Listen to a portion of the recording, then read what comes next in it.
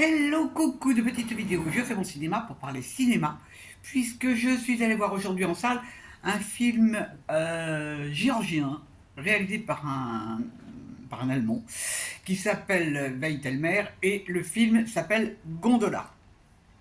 Je vous débriefe très vite fait l'histoire. Donc ça se passe dans un petit village paumé de Géorgie et ce petit village est relié à la ville par un téléphérique.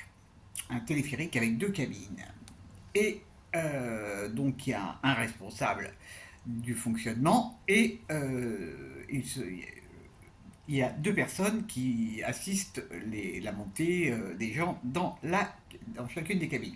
Or, un des postes vient à être vacant puisque le monsieur qui l'occupait est décédé apparemment, et c'est une jeune fille qui va reprendre sa place et elle va être sélectionnée simplement parce qu'elle peut enfiler le costume du précédent occupant.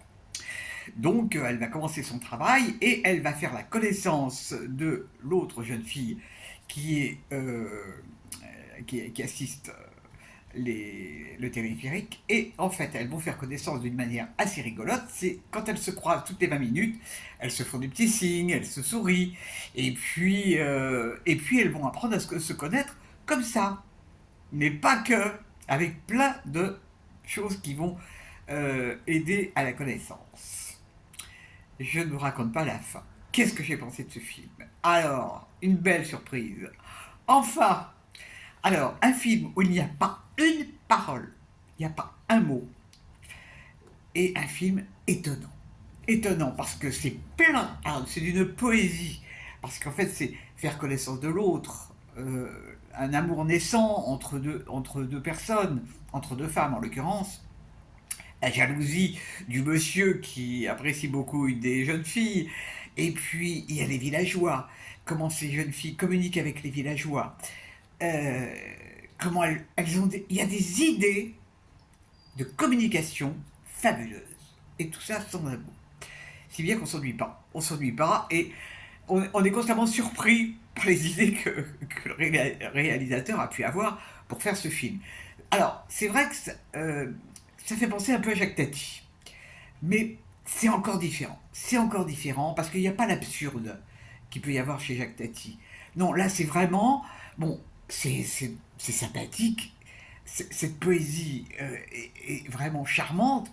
Et puis, on est étonné, quoi. On est étonné des idées. La musique tient une place aussi dans le film. Et alors, il y a un truc que moi j'ai adoré particulièrement, et ça, c'est pas spolié, c'est qu'à un moment, elles font de la musique avec des vers. Et ça m'a rappelé des souvenirs d'enfance. On faisait de la musique, on faisait chanter les vers, comme on disait. Et elles reprennent ça. Mais il n'y a pas que ça, hein. Il y a des violons, il y a des percussions. Oh, qu'est-ce que c'est chouette, mais qu'est-ce que c'est chouette.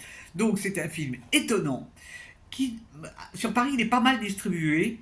Bon, c'est sûr qu'il n'y a pas de vedette, il y a pas. C'est un film d'une discrétion absolue. Mais c'est un film qui, pour moi, vaut vraiment le détour parce que c'est tellement original, vraiment une super belle surprise. Donc je suis ravi parce que ces derniers jours, ça n'avait pas été terrible au niveau cinéma. Et là, une bouffée d'air pur. Vraiment une bouffée d'air pur. Ça tombe bien, il fait plus frais. Donc on peut respirer de l'air pur. Voilà, voilà. Donc ça s'appelle Gondola.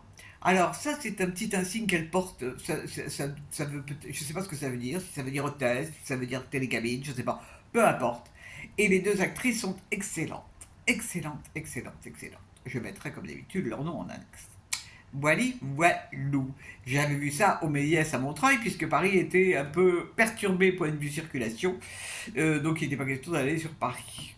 Voili, voilou. Je vous dis salut, salut, à la prochaine pour parler cinéma ou téléphérique.